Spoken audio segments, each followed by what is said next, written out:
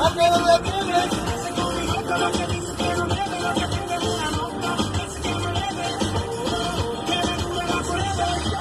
Trato de cerrar un trato, te pongo la firma para sellar el contrato.